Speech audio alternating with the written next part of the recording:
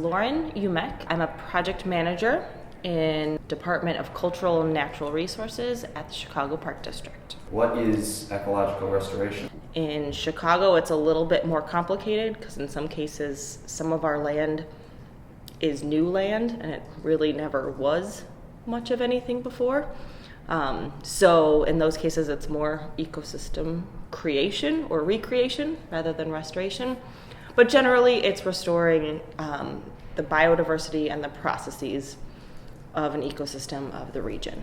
You're working with the Army Corps of Engineers, and how does that work between the Chicago Park District and the Army Corps? The Chicago Park District is the landowner, and the Army Corps has funding to do Great Lakes associated restoration. So we're restoring an aquatic habitat and associated uplands that also support that aquatic habitat, since Jackson Park is directly adjacent to the lake. So the Army Corps is providing about 65% of the funding, and then the Park District is coming up with the rest. So we work together on the land that we own to do the restoration. What's the time frame for this project? It's a couple-year project. First, they start with a feasibility study to find out what kind of properties we have, what condition they are, what their potential is.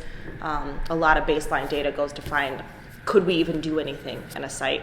What can we do? Will it work? What's the potential habitat? What is the community like? Looking at the whole site in general. We're gonna hopefully start construction December 1st, if not into January, but hopefully December if all of the paperwork goes according to plan.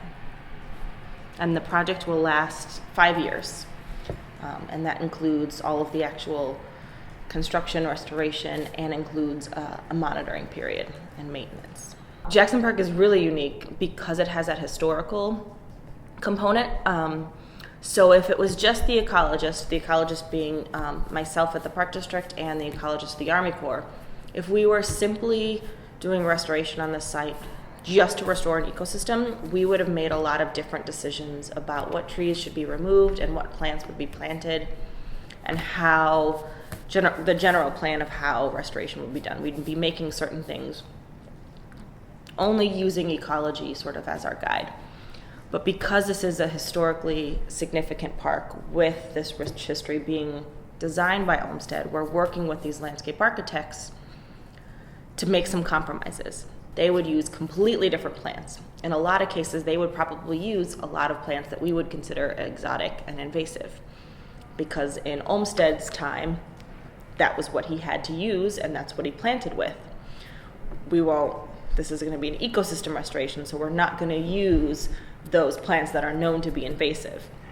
So what we're doing then is finding native substitutes that still sort of achieve these looks that Olmsted would have gone for without having sort of a negative ecological impact.